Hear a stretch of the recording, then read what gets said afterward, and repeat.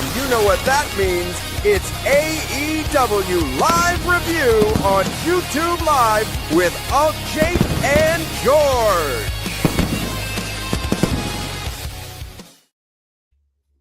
Hello again, everybody. We are back. I am AltJake. You're listening to AltJakeTakesOn live episode number 4.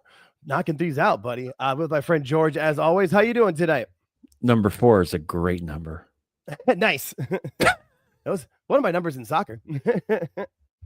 Oh man, I'm excited for this. I see you got the George by Elegance going. That's I did put it up there. I snuck it in. Yeah. Nice. I appreciate it. That's fun. I know some of our audience will definitely appreciate that too. I do what I can. Yeah, we try to have fun. You know, hey, like I've always said, if people like things and get into it, we're happy to do them. That's why we've speaking of which, we can do the classic match review sometime soon. We can get those back going. I know people enjoyed those, and we're gonna do. It's funny that we're gonna do the Roddy Piper versus Bret Hart with all of the I'm not gonna hit you, you're gonna hit me, or who's gonna hit who with the belt crap they've been doing in AEW. So you show how it's actually done right with Roddy and Bret. Yeah. Hey, yesterday there were some good points to the show. Yeah, no, I kept saying it lasted 2 hours and that was it. There was no overrun, went right to collision. So like, yeah, right, and cool. Well, and what's funny is, so I've been watching it through HBO Max recently, just because it's been easier for me with it and stuff. And I was wondering how it was going to be. So when I turned it on, obviously the timer comes up and it says, 2 hours and 12 seconds or whatever. And I was like, wait, what? So they didn't even put the extra hour on there. And then I went and looked for it just for fun to see if I could find it. It wasn't on Max, at least last night when I looked for it. I went to the collision page and there was nothing there. The only thing they're doing it for a simple reason. I mean, they're getting destroyed Saturday nights, right? Because of all that. So what you do is, suppose Dynamite's getting 500,000 people for the 2 hours. Suppose. And then Collision's the third hour. They lose 100,000 people. They still got 400,000. They doubled their audience already. Yeah, yeah. And then all they would do because the pay-per-view's on Saturday, isn't it, or is it Sunday? No, I think it's Saturday. It's Saturday. Okay, yeah. So all right, so that's where yeah, you're right. So that's where they would do like the pre-show on Collision, and it's that's such a waste of a Collision anyway. Not that Collision isn't a waste within itself, but yeah, no, it's I didn't even have the opportunity to see it, so I'm glad you didn't watch it either, because I caught one little bit of it. I caught Megan Bain's promo. Okay, I saw some. I have clips. to be honest with you. I don't mean to disparage people. You know me. Absolutely, nice, we try to be positive. Nice guy. Megan Bain has the personality of wet cabbage. 100%. Well, and isn't that her whole Poor gimmick? girl. Is that she keeps like a straight face and like doesn't react? Yeah, doesn't don't do a promo. Don't do a promo. Exactly. Stand next to a manager. Do it that way.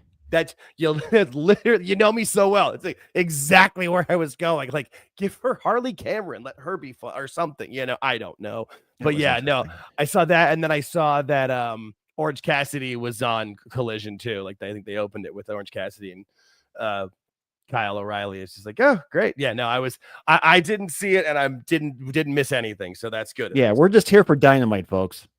That's what I was contracted to. Dynamite. Right? Yeah, that's what I say. No, that's what I agreed to. This was your idea. This is what I agreed to. So no, this is we'll get into some contract talk at some point in the show too. But this was the first Dynamite I think I've seen since we've been starting again of watching it, all the way through, where they've had the whatever the theme song is now. I remember when it was the here boom Dynamite whatever, and then it was I'm so excited for like 2 weeks, and then most of the shows have been just starting with looking at the ring and getting yelled at by Excalibur about all the stuff that's going on. But this one had an actual song. Yeah. And it was terrible. I don't know who it is or what it was, but my first note was, WTF this song? Like, I just, woof, I don't. At least I got something, I guess. Yeah, I guess. But then it gets into, right after the song, you just got Excalibur just screaming at you. Just billboarding so much at us, and I just like the only thing I caught was that the main event was going to be for the trios title, and I'm just like, well, Joe needs to drop that and win the real title, but that's not going to happen. No, I know. It's just what should happen. And yesterday was like trio match heaven. There were trio matches everywhere. I'm like, what the heck? I wonder. You're supposed to get me in the mood for watch WrestleDream, not constantly bombard me with I was just gonna say, like like the old Vince McMahon way would be like, hey, you're gonna have a tag, like it's two baby faces, two heels. They're both in singles matches at the pay-per-view. So put them in a tag match at the Raw before to get the storylines going or whatever with it. But this just again, they don't ever put any storylines in their tag matches. Their tag matches are just tag matches at random. And yeah, there was a lot on this one that was just throw it in there. But then they start and the other thing I noticed, Jake, a lot of the matches didn't go that long. Like they weren't 20, 25 minutes like they normally are. Some of them were, and the ones that were shouldn't have been. There was usually everyone is. Yes, you're right. No, there was a couple of them that I was very pleased that I'm like, oh, it actually ended somewhere where it should have. It might have been able to end earlier, but no, like there's the one in the middle with Claudio and Roddy. I was like, two commercial breaks. That was awesome. Yeah. I love that. And then they start, yeah, right. Well, woof. That's all. Just woof. But then speaking of woof, they start by showing again the Kota Ibushi injury. Like, we don't need to see this. We don't. I promise you. Like, especially when you're trying to fight up the safest company in wrestling. By the way, he advertised this on his Twitter. Oh my God. They were saying that like he came out and like told the crowd heads up, give praise for Kota Ibushi, and then he goes on Twitter and says, Kota Ibushi's out for 2 years. Come see it. Oh my God. Come see it. I'm like, what the hell did you just post? Dude, what? I was surprised. I was really surprised. The whole thing is just mind-boggling. Like, wait, first off, is there anybody with like worse luck? Because it doesn't seem, I mean, I know he doesn't do the smartest of moves, but it wasn't like people haven't fallen off the top rope before. I don't know what he did to break both of his ankles before, but I don't know. It just feels like every time he shows up, it's just bad news. It's bad news. Yeah. Yeah. And I just like, but I mean, it's pretty much anybody who's done that. I mean, there's no better way to call it the Meltzer style, like what Dave loves, whether it's Omega, Okada, Ishii, Ibushi, look Shibata. At those dudes. Look at all those dudes now. How over they were in Japan. That strong style Japanese wrestling is something that was like a time-honored tradition. Yeah, these guys are 40 years old and they cannot move. Right, and I mean, there is something to be said for it, and it does have its appeal. But when you're doing it every match, every night, all the time, not every night, but you know what I mean. But like that's what it was over there. That's how it was. Yeah. When the Americans went over there, like Stan Hansen and stuff, they went over there. They did the same thing, but they couldn't do that long term. Yeah, it was crazy. Yeah, no, I mean, clearly when there's the physical evidence is right there in front of you. Yeah, exactly. All these guys are in their like late 30s, early 40s, and they're spent. They're done. Yeah, they're done. They walk like whoever, whenever somebody at that wrestling convention a couple months ago, and they posted the video of like 6 older wrestlers walking, and it was sad. And like, that's what these guys are now. All those wrestlers wrestled in the 70s and 80s. These guys, oh my God. It's just like, I don't want to see that. That's that style, dude. That's that style. No, I mean, one of the reasons Look at Dynamite Kid. What's that? Fuck. Oh my God. Exactly. He was in a wheel. Yeah. That's why when people say Darby's going to end up in a wheelchair, we're not like joking and wishing him. We're telling you what's going to happen. Like Darby's going to bypass the wheelchair. I got a feeling he might. I ain't going to make it to the wheelchair. Yeah. But especially even if it's not with the wrestling, like what he does with his cars or, climbing Everest, there's a trail of bodies on Everest for a reason, but it's just like the reason I love wrestling and the reason when I first watched it as a kid, obviously I thought it was real. But for me, when I figured out that, it was predetermined and wrestling is what it is, that made me enjoy it more because I'm not I will watch boxing and I can watch UFC, but I'm not bloodthirsty. I'm not sitting there going to enjoy somebody getting their ass kicked, somebody getting hurt. Like, I don't want to watch people get injured if I can avoid it. And so that's what I love about wrestling is you can do all the fun stuff and do it tomorrow too, but not this style. It's just sad. It really is. I'll give you my full commentary when we get to the Darby Moxley segment. Perfect. Oh yeah, we got that coming up. That's fun. And then they start with it's crazy that AEW has been starting with more talking segments lately because that was their whole thing was just action. But it was the Tony Storm versus Chris Statlander. What did they call it? The famous last words is what they called it. This was interesting. Yeah, I mean, I know what Tony's trying to do, but she just comes off more like she's, I don't know, like she's a replicant in Blade Runners. Like, I don't know. It just seems like she's reading almost. I don't The character started off great. I was one. Oh, absolutely. Coming on here telling you guys that Tony Storm is excellent. It's a great. Oh, character. Absolutely. No, I can't remember what event, but it jumped the shark. Yeah, time. and they kept. And it just keeps going, dude. Just like anything else they do, they would book 3 to 6 months worth of stuff in 2 to 3 weeks, at best. Or sometimes it'd be like in a whole night. You're like, those are multiple things. Or how did you get from point A to point J? You could have literally got B, C, D, E in the middle. You know what I mean? Like that's their biggest problem, I feel like. And even this one, it's like famous last words. Like, how many matches have they had? I just didn't they embrace and kiss or something too? Yeah, no, that's coming up. That's well, because then it starts here because they can't have any physicality here, and right. So then they go into the ring. Okay. Yeah, and then Tony does like a Luthez press, and then they have the moment where Tony looks like she's gonna hit Chris with the bell, and then does it, and then Chris does the same thing. Where like, but the other girl's like on her knees with her arms behind her back, like, do it, hit me, like, I guess, like Predator.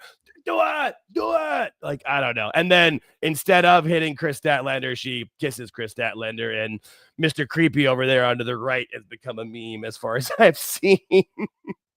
Not the best look. Blue hair girl looks excited. Yeah, no, she does. Yeah. And honestly, I bet they're probably both creeping in the same. I feel bad for Cornette, honestly, with his. I just realized it's a Cornette face creeper, but I mean, right. It is what it is. Yeah, I didn't notice that till now. I had only seen the face because the meme I saw was cropped up from the top of the rope there. But yeah, I mean, it was a segment. It was fine. It was just like, okay, I guess. At least it gave you some build for Saturday. Yeah. But again, it's one of those things of rushing into. Like, I think it is just a singles match, luckily, so it's not anything crazy. Let me pull up the WrestleDream. They've gotten to the point where they got to tone down their pay-per-views, dude. They're too many. Yeah. Oh, yeah. They can't. They don't do stories anyway, but now they have to hurry. And the sickos are saying it too. I'm glad you mentioned that because I've seen that where I've either been blocked or have muted pretty much every sicko. But I saw Real One. Somebody reposted a screenshot of his thing, and he was like, he was basically shitting on WrestleDream, saying he's like, what was this quote? Oh, he says they need to go back to the 4 pay-per-view a year model, which we've been preaching. We talked about last time we were on 4 Absolutely. Or 5, 6 max. I'm looking at it right now.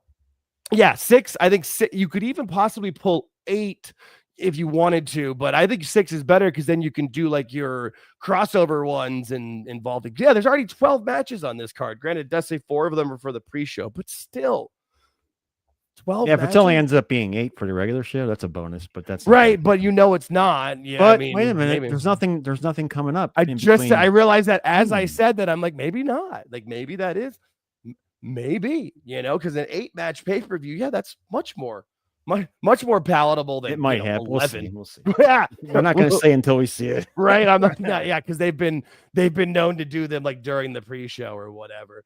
But then Jurassic Express had a little some sort of I don't know what you're trying to call it, like where they're cutting a promo at the camera, and I guess it's really just Jungle Boy. Luchasaurus just growls.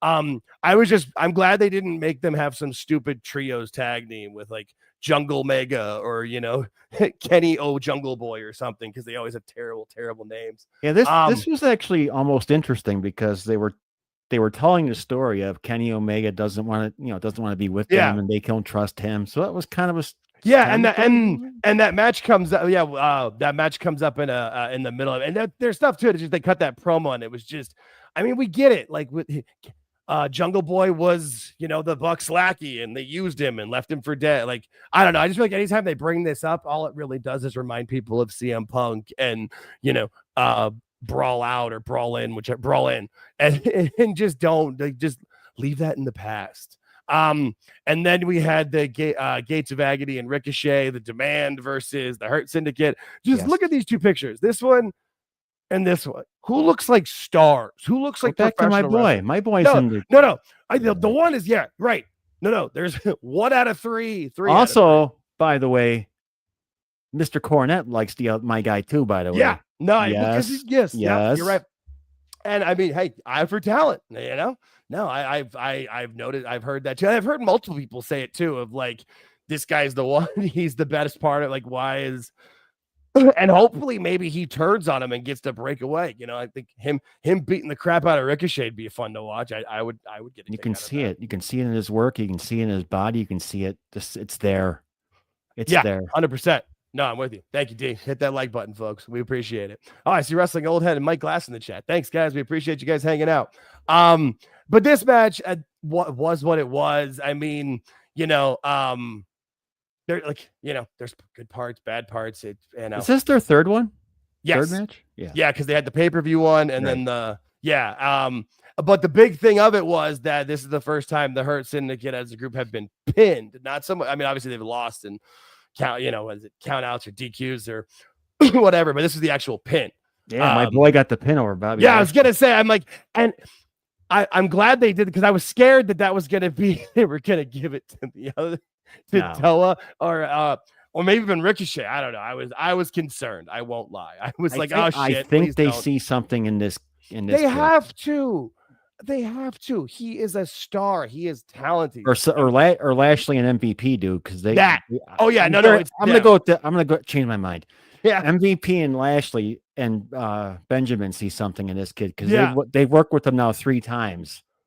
Yeah, that's a valid point. There's a reason for all this, and they put him over, like they let him take the W. Yeah, you're right. No, it's a very good point. I didn't think of it that way, but you're right. And because I was thinking like Tony or whomever see something in it, but you're right. It was Bobby and MVP. Yeah, because they're doing their own thing. No, for sure, absolutely. It's speaking of their own thing. Oh, for fuck's sake! What was this? Yeah, I've been waiting for this one. This is awesome. Now, okay. We're supposed to, suspending my disbelief. Are we supposed to assume before we start this that Darby has been arrested? Answer my question, please. No, I don't believe so. Where are they supposed to be? So the way, best way I can say, you're looking at, where are they supposed to be? An abandoned jail. Okay. That was the best I can come up with. Like that they were able, that you know Tony where they're at, rent right? out. No, I don't. I'm guessing. I'm totally guessing on this, but my guess is when they got to the building, they saw an old ticket counter up front, and this is the original ticket booth from the original building. Because it's exact. Look at it. It's a ticket booth, folks. Sorry. If I'm wrong, I'll apologize. And I feel like they only shot it from a couple of angles. I feel like if they'd have just moved the camera a little bit to the left, you would have saw. You're right. Yeah, I was thinking maybe it was like an old courthouse or something like that, where they got like, you know, because I mean, like where they film prison movies or whatever, or they were able to use that with it. But you know, you're probably right. I mean, because you've got, you had Darby back there. It's a ticket booth. Yeah, and just no, that could be wrong. This was one of the dumbest things I've ever seen. Like, this was just silly. I don't really understand. Took it when I first saw it, I thought they were in like a holding center or something. So I'm like, okay, Darby was temporarily restrained or something, and Moxley's coming to visit. So I'm like, all right, where's his jumpsuit? Where's the security guard? You know, nobody can get in there and hurt Darby because he's got security with him. Right. I was wrong. And they called it an undisclosed location. Like, okay. Yeah. Is that near parts unknown? Yeah. It was so. And the fact that there was like, that's what they were doing. Multiple camera angles. Like if they'd have just had like one camera behind each of them that was set up as like a stationary camera, that's how they filmed it. I don't know. Like I know. So they were trying to make us believe this was a set up meeting. Yeah. Between the two. All right. Yeah, that was the best I could come up with. I'm not really sure. You know what I mean? Like, I guess they would have been. You know what would have been nice? As if one of the commentators would have said, Mox and Darby have agreed to meet in a secret location, and they got, they promised no physical contact or whatever, and they promised to meet before the match. That would have worked for me. Yeah, I mean, I know. I tune Excalibur out a lot. I know he said they met at an undisclosed location, and that was the vibe you were supposed to get. But sometimes we're wrestling fans. Don't just live off vibes. You got to explain shit. Like bad stuff about Vince, but sometimes the spoon feeding of the fans, like exactly what we're thinking, exactly what happened. You know what I mean? Like sometimes it was a little bit. Yeah, no, you're right. This was, and I mean, Mox went on this crazy rant of just like, he's been watching light movies again. Yes, exactly. I thought about it. I wrote down, I'm like, what movie is this from? I should have brought my put like my phone recorder out and just copied a bit and then pasted it into Google. I guarantee you it would have been, this is this movie, or this is probably would have been, this is paraphrasing this movie because he can't even get it right. But it was just, I mean, I mean, if it was a prison, they both should have just stayed there. Abandoned or not, just like The Walking Dead, just live there, please. Oh, just woof. That's my review of this. Was just we weren't done yet because someone snuck up behind her. Yeah, and I couldn't find a picture of it. Oh, it was a lot of blood. So. Yeah, that's what I figured too. I was trying, but Pot comes back and attacks him, and there was definitely like clear where they cut it, and the camera cut and stopped, and Darby bladed, and I don't know why they just use fake blood, but that's Darby. I don't think he knows how to use fake blood. Yeah, well, this was like a combination of insulting stuff for me from Darby because I didn't like this promo that much, and then I obviously saw him on Ariel Helwani, which was another embarrassment. I guess I don't even know what to call that appearance. That was just weird. You have to be semi considerate when you're in someone else's studio and you maybe ask for a drink and you don't pour it on your head. He did that for Tony because Tony hates Ariel for the whole thing and the choking on that was 1000% like they think they're cool and paid back to, like, he comes back, him and Tony are like, oh man, that was awesome, bro. Yeah, it was cool. It was like meanwhile another guest has to come in there and they got okay. And somebody who works there now has to clean that up or whatever else. It's just completely inconsiderate and just them. Oh, we paid him back. We got a receipt on Helwani. No, Helwani never said anything wrong or anything bad. He just said it was a rough interview for me because Tony wouldn't answer my questions. None of that was a lie. He didn't say Tony was a dork or like that he choked on the water. Like we all saw it, but he didn't say anything, but he just explained what happened from his side. But that's why I was surprised that he did the interview. But the first clip I saw was the water thing too. Where he pours it, and I'm like, oh yeah, that makes sense, there was a whole mess of just questions. Yeah, I watched. The answers were outlandish. It was. Yeah, I watched what I could of it, but it took me a couple of times just because it's just so obnoxious. And I mean, to quote a Cornette line, these guys get high on the smell of their own farts. Like they just love themselves. They think they're the greatest thing since sliced bread, and they're just not. Yeah, no. Yeah. They're trying. They're trying. Yeah. Yeah, no. Mox is about as deep as a pothole with his depth about the future. And then I meant to grab the other clip too. I should have grabbed the one for Don Wayne from SC Maniacs tweet about it, but it cuts from this to the Death Riders walking in, Pac, Mir Shafir, and Mox. And at the very end of it, Mox skips a little bit, I saw that. That's not a big deal. I know. It's just funny and like with his character of being Mr. Billy Badass, But then again, was leading up. The man was having a little bit of fun. That's fine. Yeah, I'm okay with it. Yeah. I know, but his character, like, what he's supposed to be like Mr. No Fun, and we're trying to change everything. This was a match that happened. I don't really know why. I mean, I guess because Roddy's wife is Marina Shafir, and we're all supposed to like, ooh, that's cool. We all know some insider stuff. I don't know. When did Roddy turn into a 57-year-old businessman? Right? Yeah. No, he's got the salt and pepper and the stash. Yeah.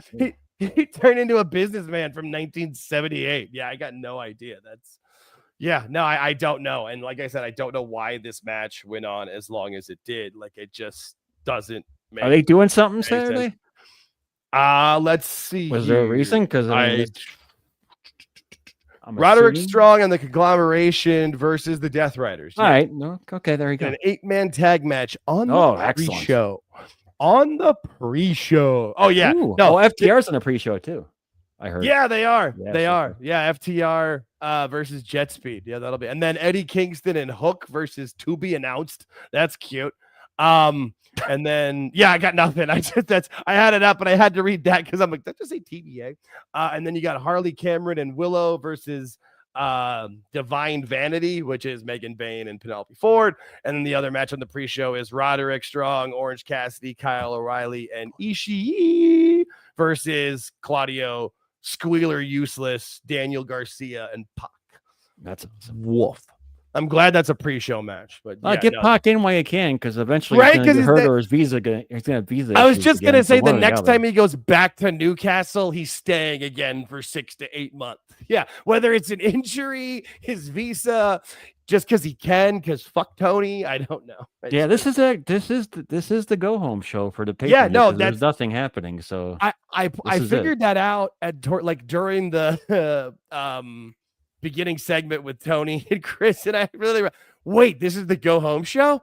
Yeah, no, but doesn't surprise me because the go home shows are always terrible. Like this wasn't as bad as their normal go home shows. That's true. I guess that's faint praise, but it's right, still praise. Right, yeah.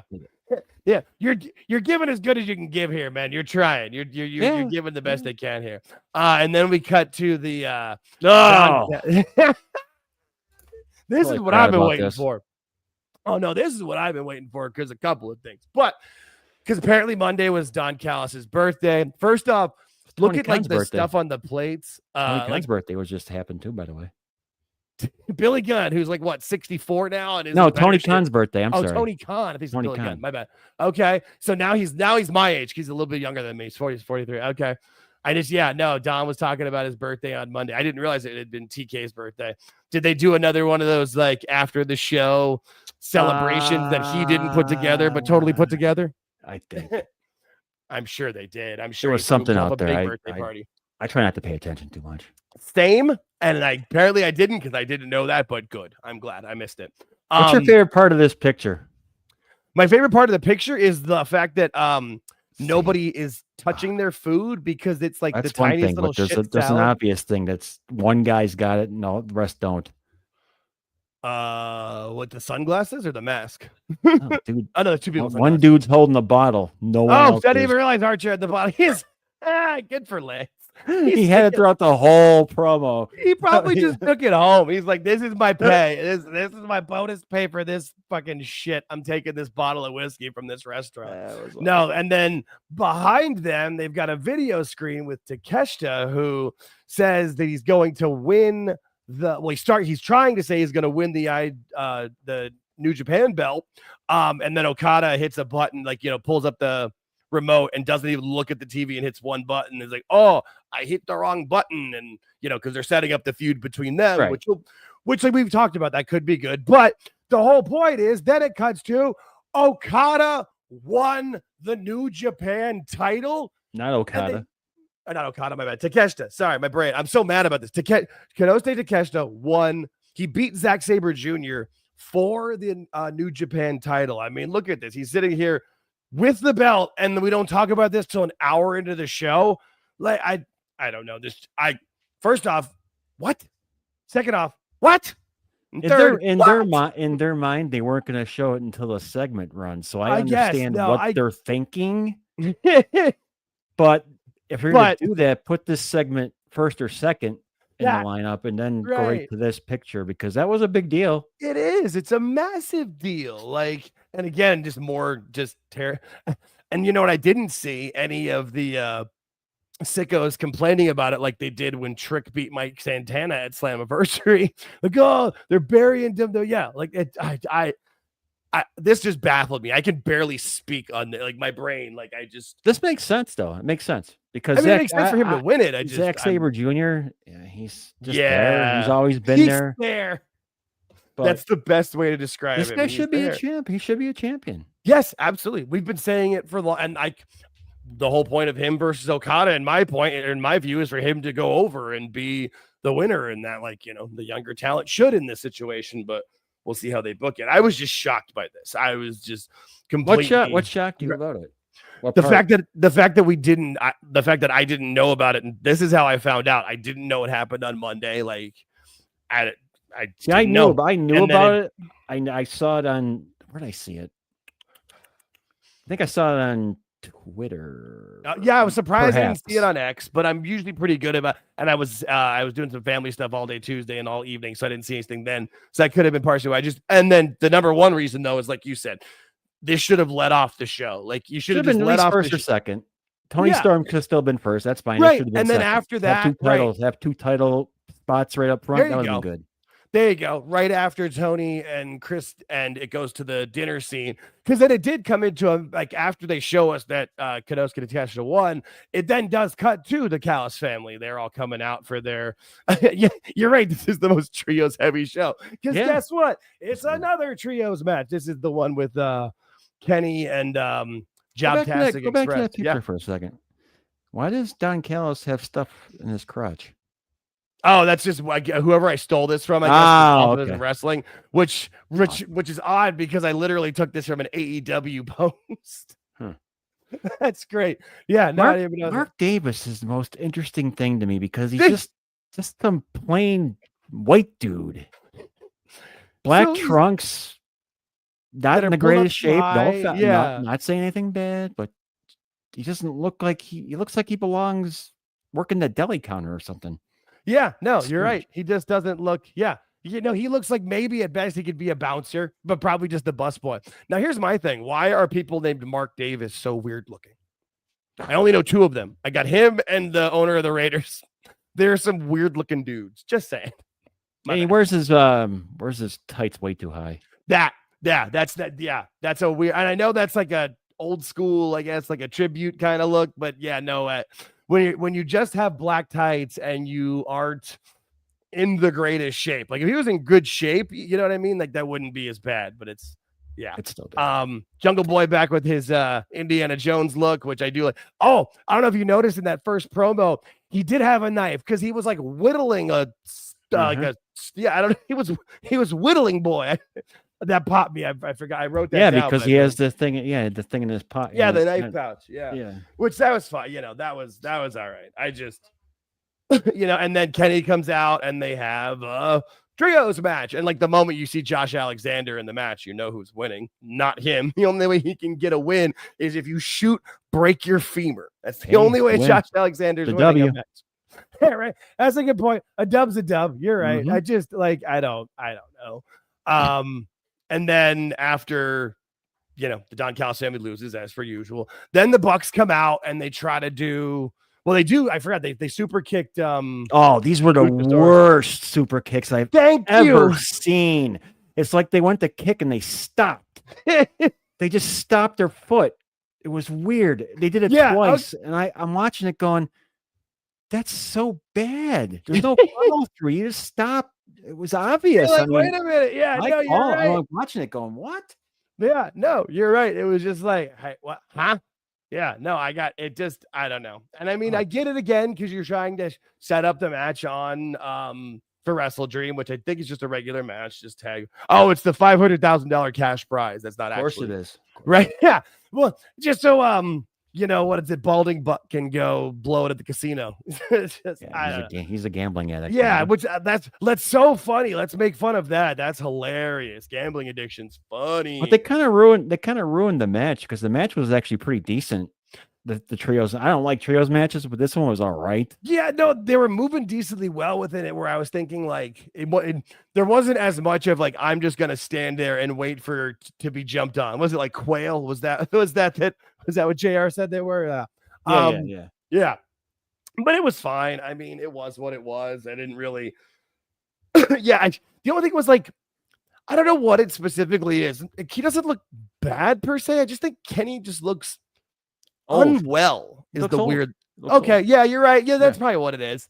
It's just age catch. Because it's one of what you do see in sports. Like we've all seen it, where a guy plays a season too long, and like some games he can pull it off, but other games you're like, what was it like Johnny Unitas with the Chargers or Willie Mays with the Mets? There's, there's just times of guys where you're just like, so why do the Bucks not kick Kenny? What's the deal? What, they still friends? Well, because I think we used to be friends. Give me an explanation. Yeah. No, I can't. I was trying to think of the best wording of it, but just like anything in this company, it's like, you're my friend. We were friends. No, it just, Yeah, we used to be friends. They went to kick him and they saw it was Kenny and they just stopped. I'm like, why? Right? Like, didn't they have a match last week? There's more heat if you actually kick Kenny, actually. Yeah, and they had a match last week, didn't they? That was because it was the Bucks. It was it was versus the Omega in that match. It was last week. Yeah, I don't know. This whole thing didn't make a lot of sense to me. It was just I don't know. Like I said, they took a good match and they totally discombobulated everything at the end. Yeah, no, exactly. Now we have more questions as to why this and why that and who's on why. Right. And the only reason to like maybe do it, I could possibly see is maybe it's gonna be like Kenny's gonna turn heel at some point of it and swerve, but he can't wrestle like a heel. He's got to be a baby face because he can't. Right, exactly. So it doesn't. Yeah, no, I feel like that was just done because they thought it would be a cool looking spot. And what's that match Saturday? What do they got Saturday? Jurassic Express versus the Young Bucks in the 500K match. Okay, so Kenny was. I'm like, I don't see Kenny yet on this card. Okay, so this whole thing made no sense to know. Nope. Okay. Nope, I got nothing. No, I throw my pen. I throw my pen in disgust. No, you're right. No, because I'm like, where's Kenny? But no, because Got Broditos versus the Don Callis family. Kyle Fletcher, Mark Briscoe. That'll be good. That'll be good. Yes, no, we've talked about that. Especially we both like Kyle. We think he's very talented. Just sometimes he gets led by the wrong people that do stupid shit. I know Mark does some stupid shit, but Mark's a better wrestler. Darby Allin versus Mox. Yeah, no, that's the whole card. Unless they add something with Kenny, but please don't. Yeah, I don't know. That's a very valid point. I don't know. Okay, so this angle made no sense at all. No, not even a little bit. No, I got nothing. Right. I also feel like Jamie Hayter is now that 70s girl or that 70s gal. Jamie Hayter, like she's just she comes out with the silly 70s background stuff on the Tron. You know, like she just.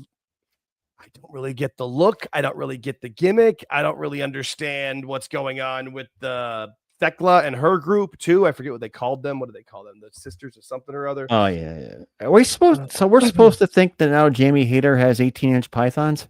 No, seriously, because she was doing that muscle thing throughout the whole match and the post match. I'm sorry. And what does that add to her gimmick of it? I don't understand what's that in the gimmick. She's got muscle, but she's not like defined. No, right. The triangle of madness is what those three are called. Thekla, Julia Hart, and Sky Blue. Sorry. No, you're right. I saw her doing that and I don't understand. I didn't get it either.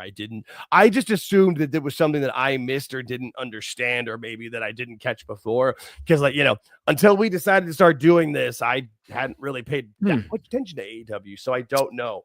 We'll give a compliment in this match, though. Sky Blue, from what I've seen of her way back until this match, she's lost a lot of weight. Looks like she's in shape and is working a lot better. There. Yeah, no, that's for sure. Sorry. No, you're right. I believe she's dating or like with Kyle Fletcher, so maybe they're doing. Because if you remember when she first came out, and I'm sorry, folks, don't get mad at me. But everyone would say she has a nice behind, nice and big butt. You know what I mean? Yeah. That's a lot smaller. I think it was, she's young. Studies, folks. I study the business. I study. She's young. So it was, and you don't want to sit up the term baby fat. Like, as she's gotten older, she's toned down. That makes sense. That's 24-ounce pythons. Nice one. Yeah. That's a good line. That was so noticeable throughout that whole thing. Yeah. I couldn't figure out what she was doing. She kept pointing. And she's doing it here. Yeah. I don't really know. Yeah. I know it's kind of reverting back for Julia Hart, but I just think she's better as like outside the ring, being kind of spooky, maybe doing a move or two. I just, when she was, what was it, TBS champion or whatever, it was kind of like, I don't know. She's young and she needs more work with it. So I think this is a better role for her. And Thekla leading the group makes more sense. We haven't seen a lot of Thekla, but she's a seasoned veteran. So speaking of... As far as I know, with like from she's European of some sort, right? Let's pull that up. Oh yeah. What do we got? She is from Austria. Yeah. Yeah, no, she's 32. She's been wrestling since 2016. All right. Yeah, and then she did, can lead and the she, group. I guess that and works. she did some time in Japan. Yeah, I had heard about her before that she was somebody that was doing, she was in Japan and doing different stuff. Stardom. Yep. Yeah, she transitioned to Japan in 2018. Old Wrestling had said it as soon as I thought it. I'm like, damn it, I gotta give him credit for that now. Damn nice. But yeah, at least, but it works, and it's. I know they just kind of always have a lot of factions and a lot of groups in this company, but sometimes they make sense and it's all right with it. Yeah. I guess it makes sense. I guess I don't know. Mercedes. Just 10 this belts was Monet. something. This was great. I love my Mercedes promos. Is there anyone more cringe? Like, just because she comes off like she acts like she's, because for me, it's fake confidence. Like, she's that person that like acts big and strong and tough in school and then goes home and cries in her bed because she's, super insecure about herself, and that's how she handles it. I don't know. It just see. Here's the weird thing for me. The weird thing for me is this is a TV character. Yeah. This Ultimo Monet. I'm assuming this is not how she is in everyday life. I don't know. I doubt it. There's no way. I mean, she's got the Monet mag and the $100 friend texting thing. I think this is who she's become. It's all part of the gimmick. Maybe. You're gonna run with. You're right. You're right. I just, it's not for me. That's all I could really say. I mean, if I'm Beast Mordos and I'm going out to dinner with her and she's acting like this, I'm not sticking around, dude. I'm sorry. Yeah, especially with the TikTok dances she's making him do. Yeah, they don't look good. I did, and they also had to make sure to mention that she's gonna hold the TBS title for the longest ever days by, I think on Friday is when she beats Jade for the longest. Oh, she wrestles Jody Threat in Winnipeg this weekend. Oh, does she? Yeah. No, she's not on WrestleDream, is she? I don't know. She's wrestling Persephone in Arena Mexico. When? That's what she's doing on Friday. And then Saturday. Sunday she's in Winnipeg. Oh, it's Sunday she's in Winnipeg. Threat. Wow, damn! I didn't realize she was doing. That's crazy because she's Jody Threat's in TNA. And Jody Threat holds. She'll be holds the title in Winnipeg. Oh no! Yeah. Oh no! And that's obvious. Yeah, no, sorry, Jody. But yeah, no, I'm looking at the two women's matches are Staten Storm and Hayter and Thekla, and then there's Harley three and matches Willow. Then, huh? 3 women's matches? Yeah, but Harley and Willow versus Megan and Penelope's on the pre-show. But yeah. No, I didn't know about the match in Winnipeg. I just knew the CMLL match against Persephone. I stick close to my Canadian brethren, so I know. Good. Yeah, you grew up close to there. I know nothing about the Great White North. It snowed in Phoenix like twice. But I mean, yeah, like this was what it was. The Ultimo Monet line is just, I mean, I guess, sure. Who cares? That's nice really all I wardrobe got. selection, by the way. Butterflies. From the same designer who brought you Hangman's jeans, the butterfly dress. Yeah, same guy. Yeah, right. Bring back her ex-husband that can actually make a wardrobe. Right. I was gonna say, I'm like, I know, yeah. Like maybe you should have figured out that in the divorce. Like you can still make me my gear because my wolf. Yeah, that was bad. And then LFI came out, which is where Sammy Guevara's been, and that's just crazy. They went from a Monet segment to a Sammy Guevara segment. Okay, a pre-tape show. I know. Pre-tape Monet segment to a live Sammy segment. So I know. I'm just saying the fact that they were. Yeah, no, there was no. There's no way Monet was going to be wherever the hell they were. They're trying to give. They're just giving the impression that there's peace and harmony amongst the. But we know that they're not in the same room. Same place, same time. Where were they last? Kansas City. That's what I was like. I couldn't. Kansas City before 2,000 people, and they barely made it to 2,000. Well, and is it 2,000 distributed or 2,000? No, they had 2,000 people there. All right. I was gonna say I was actually gonna mention that I actually wrote down twice that they had camera pan shots that I didn't see like large swaths of empty seats or like there weren't tarps. The place is small, and they know what they're probably figuring it out. Maybe. Yeah. Yeah. Only about 3.5 years too late because I don't think they should have been doing small venues from the start when they were doing it, but the last 3.5, 4 years they definitely should have. But again, who looks like the stars now? Not so much the guy not Shapoopy there, but Hobbs and Joe star. Now Roosh looks like a star. You're right. I'll give you that. Roosh does. Yeah. Yeah, and Mortos, I don't know. Sammy could, but then you get to know him. I feel like Sammy looks decent. He's got a good look and, a slappable face, but when everybody's trying to slap it backstage, it's not so good. Even if you look at these 4 guys, the 2 guys on the ropes are tall and got muscle. Roosh is a good-looking dude, and Sammy's just a twig. Yeah. He's got no, and he's their leader. He's 150 pounds. The other 3 guys are going 210, 220, and 230. Yeah, no, you're right. You're absolutely right. No, I didn't realize when it wasn't last night, but it was like maybe 2-3 weeks ago. They had made a mention Excalibur at one point. He said that LFI was being run by Sammy. I'm like, oh, that's where he is. I had no idea. Roosh is awesome, dude. Yeah, no, I just unless you have to wrestle him and he's mad. Yeah, yeah, and you're not getting anything. No, I still the match against Jungle Boy and that was awesome. Beat the shit. That was awesome. Oh my yeah, God. I like him. He's a good dude. He seems he's fun. Like he's got a good head on his shoulders. Like I said, don't piss him off. But right, yeah, clearly, yeah. And then Beast Mortos there is just cashing checks because of Monet. He's getting in main events ever since he's dating Monet. So maybe she is a bitch, And then what's up? No, I was gonna say something about Mortos, but it was in bad taste. Oh well, that's it. I'm just kidding. I kid.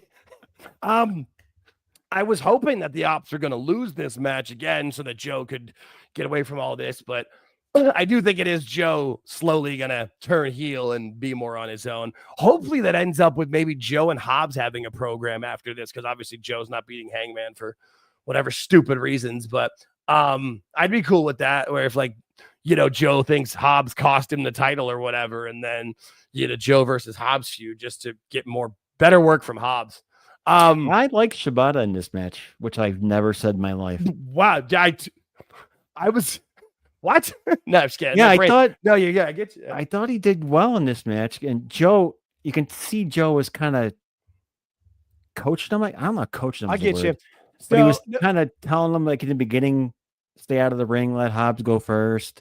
Then he was kind of talking to him on his side. I think there was some stuff going on there. I get you. No, I get you. No, here's the thing is I was just laughing because I didn't expect you to say it, but I didn't write it. There was nothing in my notes of anything about him just being, He's the only guy. He's the only guy they got from Japan that can do anything. Well, maybe the brain removal in place and put back in, maybe that helps. Maybe we need to see that happen with, maybe Kenny, maybe Ibushi could do that. He won't break his legs anymore. I don't know. Good old Shibata, the great. Of anything Dave has ever said, that's still like the absolute funniest, because he's always wrong and full of shit, but that's medically impossible. It's not like it was like his lungs. It always happens every day. Yeah. All right, every day. Yeah, just people removing brains all the time. That was another trios match, by the way. It was the trios main event. Yeah, no, we had it started and ended with the trios match. It had one in the middle. Yeah, because it starts with. Well, I guess it was technically GOA versus the Hurt Syndicate, but Ricochet and MVP were there. And then you had the Omega and Jurassic Express versus the Callis family. And then this main event. And I'm sure they did. I'm looking at, the main event for Collision. So the main event of the 3 hours was a trios match too. Oh, my God. Yeah, because they were putting the advertisements up during Dynamite, and there was more and more trying to keep watching. Please watch. These look like two faces of guys really enjoying themselves. There's also another picture of going around of Danielson and Shivani just looking like they hate themselves. Nobody wants to watch. We got to hear Adam Page on the exciting color commentary. Wow, how bad is he at that? Oh, come on! I know, I don't know. Just, why would you put him on there? So then you have 4-man. Oh, side note, get well soon. Taz had shoulder surgery, they said earlier in the day. So don't know when we're going to get him back on the microphone. Great. So now Shivani has to be back because Taz, good for Taz, though, milking Tony Khan for every dime. Get every surgery you need while Tony's paying you. Yeah, I know. I didn't realize it at the start until the show was 10 minutes in. I'm like, wait, where's Taz? I didn't realize that was happening that right. Yeah. I mean, good. Yeah. No, get well soon. This continues my utter disdain for Bryan Danielson on commentary. Yeah, just not with. I can't even describe what I listen to because it just seems like he's not interested, and the comments are a bit off. It's hard to. I can't put my finger on exactly what it is. His pacing is off. He's just odd. I don't know. It just does, and whatever it is, whatever the pinpoint or not, it just doesn't work. You know what I mean? Like, it's just not working. You got to, I think that's one of Tony's biggest problems when stuff doesn't work. He's just like, nope, we're going right in. We're going to, I can see wanting to use them though. I do. Tony Khan, they want to put him somewhere, and that's where they're going to as the GM. Yeah, you nailed it, my friend. Nothing has been said about where he could be or doing better than that to me. Like, put him as the voice, because then he could be cutting, because he's good with the microphone in front of a crowd. Like we hear on commentary, I think he can hear himself. He's self-conscious. It just doesn't Plus, work. He's boring. He's very boring. Yeah, he's very. Yeah, well, I mean, it's sad when Excalibur is more exciting than he is. That's all I'm saying. No, valid. You're not wrong. And then Joe chokes him out and wins. Yay. I mean, good for Joe, obviously. Like, yay, but and Aubrey was terrible in this match too. I don't want to show the videos and get us taken down, but there's a couple of videos of like when they're throwing punches at each other. She's like got her fists up like she's gonna be like she's defending herself from the punches. Just terrible. Sure. Yeah. Hey, it's a referee's job. Hooves up. Yeah, no, but I mean, and then I like to know what happened, because there's been a time period where Aubrey has been not noticeable. Like it's been like almost 2 months. And then as soon as we started watching the show, started getting more and more animated again. Yeah, and what the hell? And I don't feel like I noticed it last week because I did. It was last week. It started last week, dude. I picked up on it quick. I think I just blocked it out, but this week I noticed it for sure. And then after they get the win, then LFI comes in, starts attacking, and one of them spit near Hangman, and he got all mad and came out and saved them. And bottom line, Hangman's in the ring facing the stage, and the belt's in front of Joe, and Joe picks up the belt and hands it to Hangman. Great. I mean, I was always excited to see Joe in a match. Joe's going to be in the main event. Let's hope he gets the win. He won't. Whoop-de-doo. It might happen. It might, and it should. I have zero confidence in Tony's booking, but I mean, Joe being the champion just makes so much sense. You can do so much around that. You can have great match. You can literally he can elevate people by beating them. Tony thinks anybody, as long as it's a long match, you're elevated by losing. That is not the case. It's got to be a good match. It's got to make some sense. Joe would do that. But I just, is what it is. But this is 2 weeks in a row. 2 weeks in a row that they've stood in the middle of the ring and looked at each other. I don't get that. If you're mad at somebody, you're gonna see. Okay, if you're pissed off at me and we meet up, are we gonna sit there and stare at each other for 5 minutes? No. You're gonna whether it gets physical or not, you're just gonna say something, get jaw jacket or whatever. They just gotta look. But that's of all the things this company does on a constant basis, which is have uncontrollable brawls and have security comes out. The one angle that deserves that is this one, right? Yeah. The other thing too, when the other thing they do way too much, and it happened in the first segment with Tony and Statlander not wanting to hit each other with the belts, and then with this one, when Hangman go in to help Joe, I think it was Shivani's like, oh well, he wants to fight Joe at his best this weekend. Like, stop saying that. I don't like that either. Everybody, I'm fighting you at your best. No, I want you at your best. I want the old you. I want you. If I'm going to fight you, I want you at your absolute worst. Right? I want you hobbled. I want maybe one of your hands hurt so your punches won't be as bad. That's the idea. Yeah. That's the idea. If you go back to any territory wrestling or anything back, maybe even back 20 years ago, the whole idea was to do all those promos and have somebody throw fire, somebody, break a leg, somebody broke a wrist, something where the angle built up. And then when they go into the match, they're at a disadvantage. That's the whole point. Yeah.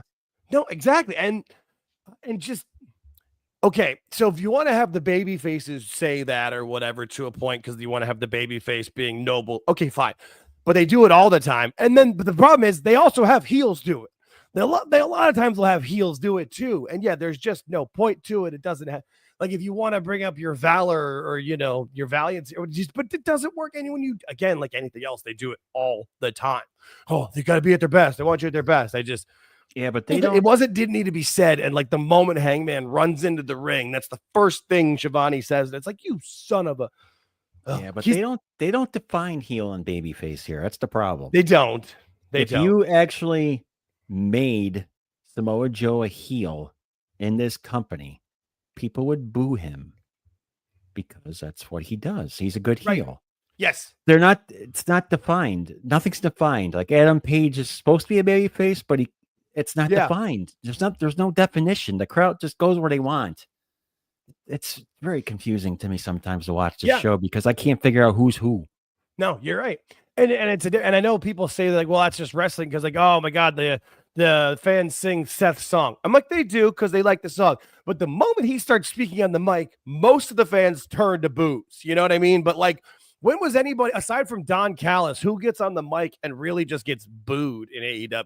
You know what I mean? Because the fans don't care because it's way too much of a smart mark crowd that just knows everything. But that's because they're only appealing to this. That's where the whole business is going anyway now. That's where it's all going. It's getting depressing. I mean, it is. The Seth Rollins thing is it just keeps going.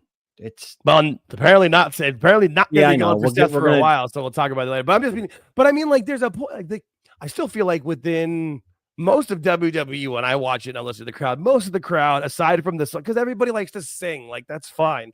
I feel like that's a bigger surprise in this country than it is to like the Europeans. Like there's a reason they've been singing forever, but it is what it is. But you're right though, because Joe was a heel before. When he was champion last time, he was a heel. And there's people that like respect Joe and will say like the Joe's gonna kill you chant. But when he was on the microphone, he would get booed because he's a great heel promo. He's just a great promo in general. He's amazing, but he's going to lose this weekend and it's going to be stupid. But my hope is the reason he loses is because of Hobbs and they can go have a feud because that would be good for Hobbs. But yeah, we'll see what they do. We'll see what they do.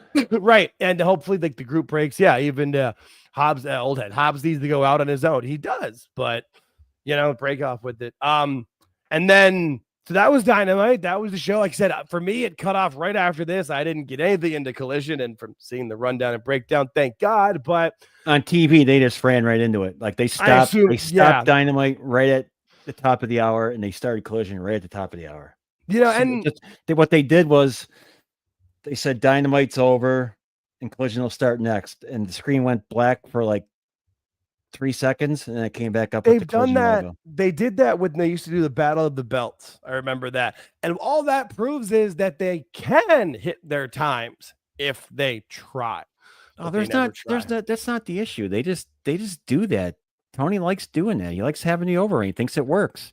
Yeah. And what they did was they burned out the overrun. So you're right. No, you're right. And because he remembers back to because everything with him, he goes back to the Monday Night Wars, and there would be overruns, and it would be the craziest stuff you would see on the show, and it would be exciting and it'd be fun. But what's exciting and fun on this show, really? I mean, like there's parts of it that are more watchable than others, but for the most part, it's just all terrible. Yeah. Where are they next? So where are they next week? Because next week could be the show after the right. I know they're in St. Louis for WrestleDream. That's gonna be a great show.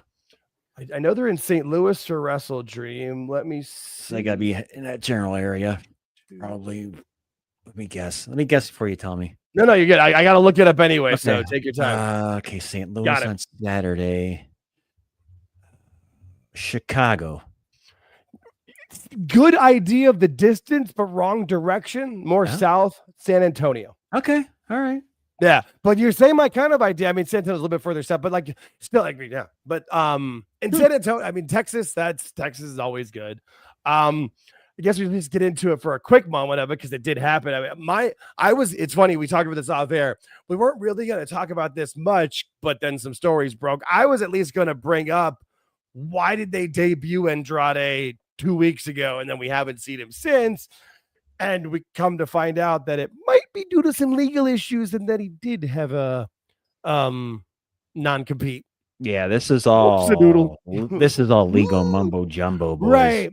But and whatever it is, at least now we know what, because I was like, why was he not like last week? Where was he? And then this week as the like, what's going on? And then this is what's going on. Now, what has actually happened, we will find out sooner than later, because if it's going to be legal stuff, it's going to be probably public knowledge. But it's crazy that their legal team would be this stupid again. Like they have the absolute worst legal team. I don't know if that's AEW's fault though. I don't know. I feel like there's somebody that could have done some due diligence. I don't know. It's also because here's the thing. I guess from what I was looking, when WWE releases you, they pay you for that 90 days. Yes. So you're getting paid, so you can't go anywhere else because you're double dipping. It's not like a college football buyout where you can just get paid out for a gazillion times. No, you're getting paid and you can't go anywhere for 90 days. That just makes sense. Right. And so that's always So if he just said he got released and he's not getting paid, I could see them buying that actually. Right. But and you're absolutely right. Now, what I was just saying is that somebody in their legal team should have just done more than that just bought it. Like somebody should have done some research, but we don't know. Again, we don't know exactly what's gone on with it. It just seems like stupidity all around, whether he was doing it and like trying to be sneaky with it, or they just didn't do their due diligence. It's just dumb. And then everybody had even Mike. We're not really using Fightful. Yeah, it was sent to me. I'm blocked from everything Fightful, so I'm not using what they did. I don't like Dave. And SRS had a couple different takes on this. Like it's just weird. It's hard. It's hard because this becomes a legal issue, and people are trying to speculate because they said that Andrade got a lawyer. Okay, WWE has a legal team of lawyers with a capital T, if I'm not mistaken. Right. And like the best ones you can get in Connecticut, which is probably really good. Yeah, no, the whole thing I just got a feeling he tried pulling the wool over someone's eyes and he got screwed. And if he did, he did. And if someone let him, they let him. And that's just stupid on all accounts. The whole thing's just dumb. And then the other word that I'm seeing is that because of this, Josh Alexander was put into the Ibushi match instead of him. So, like, sorry, Coda. You know what I mean? Yeah, I'm not going to blame Josh for Coda getting hurt. I'm not. Yeah, I'm just saying, like, it's just that's how if you have a different wrestler in there, maybe that doesn't happen. I don't know. Just the whole thing's ridiculous. The only thing I was going to do was I was going to make like a missing, like on the back of a milk carton. I was going to do that through Photoshop, but then the story broke and I'm like, we'll just talk about it then. Because I was just going to click where's Andrade? And I was going to do it at the family dinner. I don't find him no offense to Andrade, but I don't find him a talent where I'm really worried about where he is. And where he's going.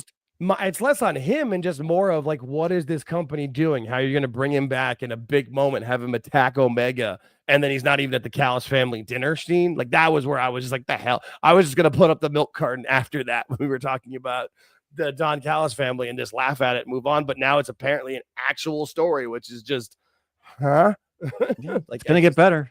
It's going to get better. Oh yeah, no, I get you. Find out what actually happened.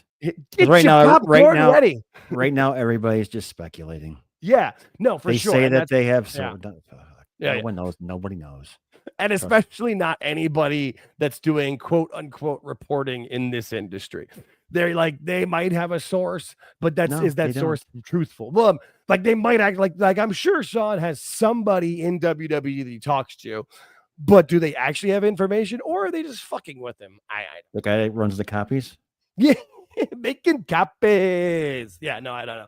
Yeah, he's talking to like the janitor or the guy who runs they move facilities. I was gonna say the guy who runs the gym at the old facility. Maybe the guy still runs the gym at the old facility for a different company, and that's who Sean's talking to. He's I'm gonna old head had kind of an idea there. If it's a legal issue, they can't mention them on TV at all.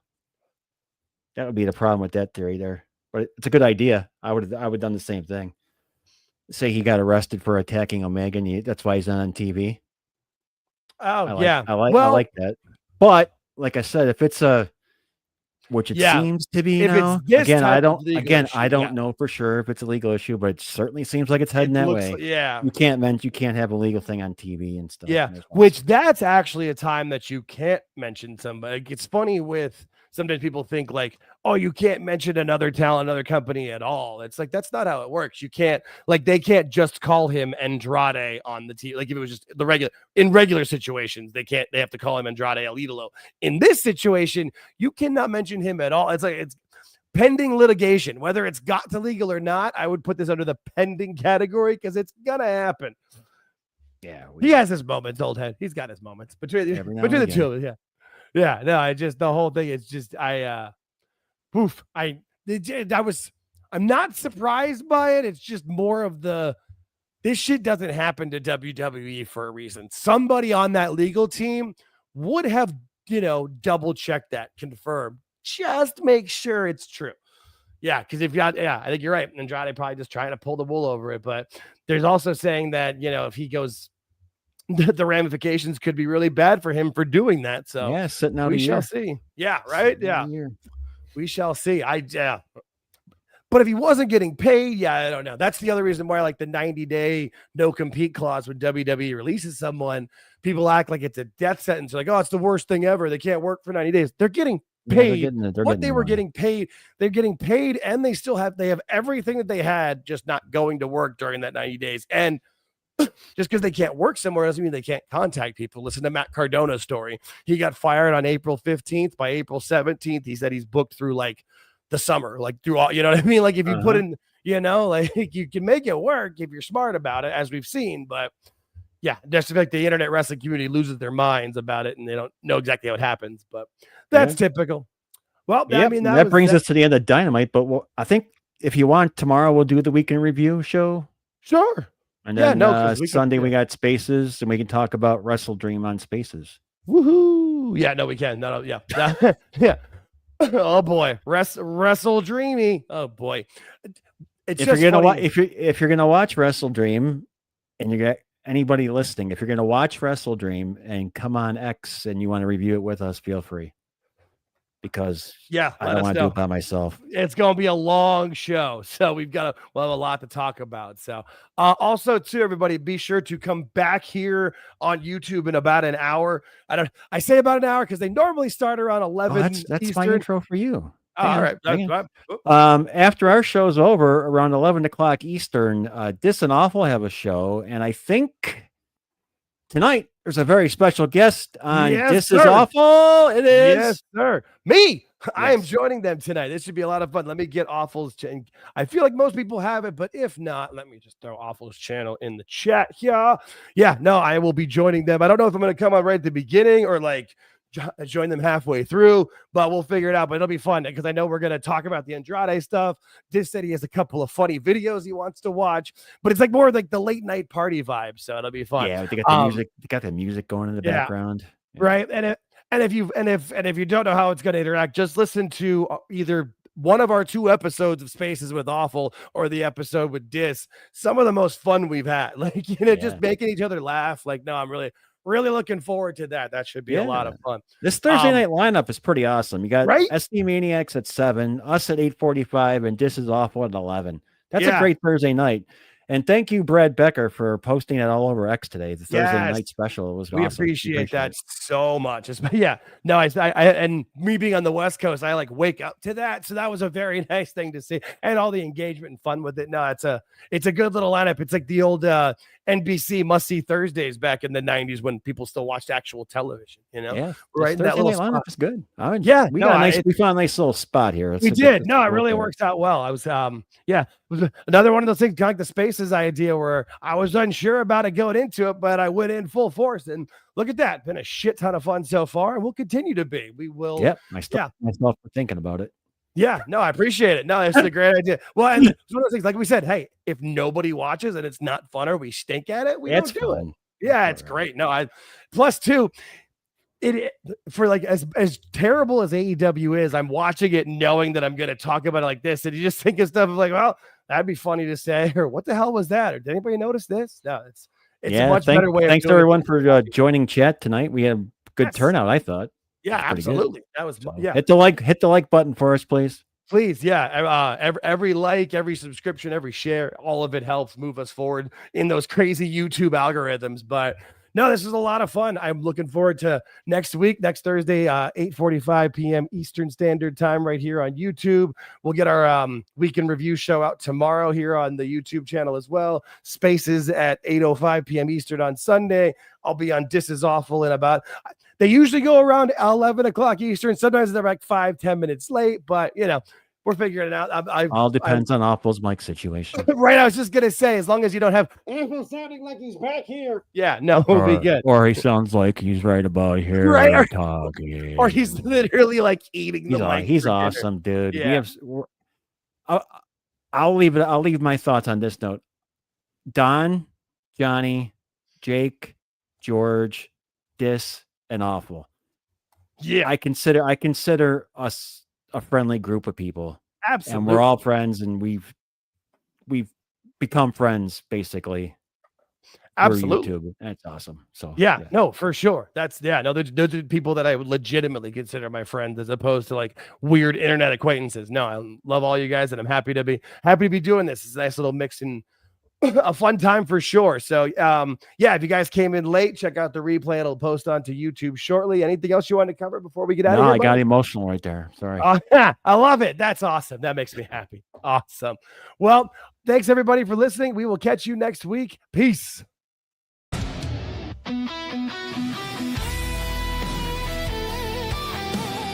We appreciate you making it to the end of the video. Please hit the like button and subscribe if you haven't already. Thank you. Thank you.